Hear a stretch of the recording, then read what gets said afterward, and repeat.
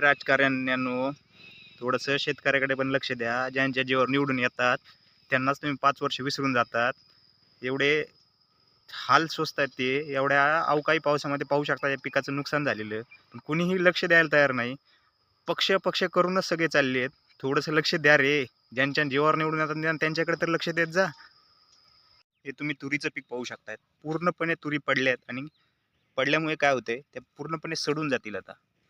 तरी पण सरकारने याचा पंचनामे करून लवकरात लवकर शेतकऱ्याला मदत जाहीर करा. राजकारण्यांचं म्हणजे मला मंत्रिपद भेटलं नाही किंवा मला मंत्रिपद द्यायचं कबूल केलं तर पण मी मंत्रिपद मला दिलं नाही.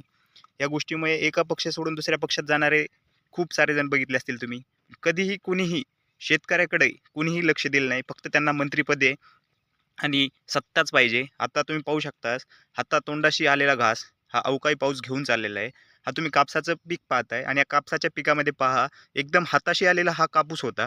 परंतु अवेळी झालेल्या पावसामुळे पाहू शकतायत पूर्णपणे कापसाचे जे आहे काळा पडलेला आहे आणि हा काळा पडलेला कापूस कुणीही घेत नाही. म्हणजे त्याचा भाव जो आहे ना तो आता जो कापसाला जो त्यांना 7,000 भाव दिला आहे तो 7,000चा डायरेक्ट 3,000च भाव भेटू शकतो. म्हणजे विचार करा हातातोंडाशी आलेला घास गेलेला आहे आणि तरीही राजकारणी त्यांच्याच याच्यामध्ये एकदम मंत्रमुग्ध आहेत की आपल्याला या पक्षामध्ये जायचं आहे आणि या पक्षामध्ये गेल्यानंतर आपल्याला मंत्रिपद भेटू शकतंय. थोडंसं राजकारण सोडून थोडंसं शेतकऱ्याकडे पण लक्ष द्या. एवढंच माझं सरकारला सांगणं आहे.